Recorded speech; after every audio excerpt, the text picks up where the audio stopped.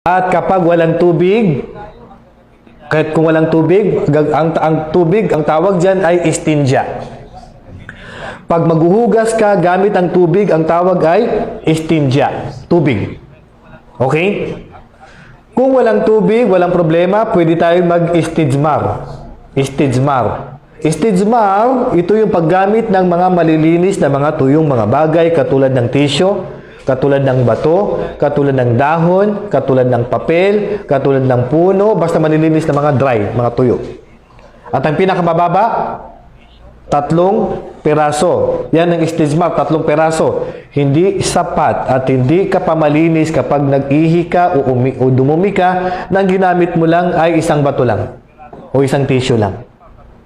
Basta pinakamababa, 3 tissue, 3 bato ang gagamitin mo panghugas.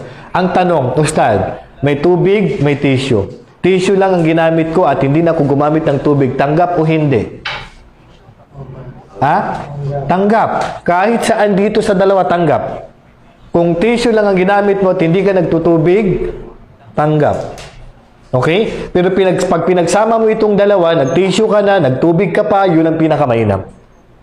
Okay? Kahit saan doon, hindi ibig sabihin, nagagamit ka lang ng tissue pag walang tubig. Hindi. Kahit saan doon, tanggap. Mag-tissue ka man o magtubig ka, tanggap yun at pwedeng panglinis yun.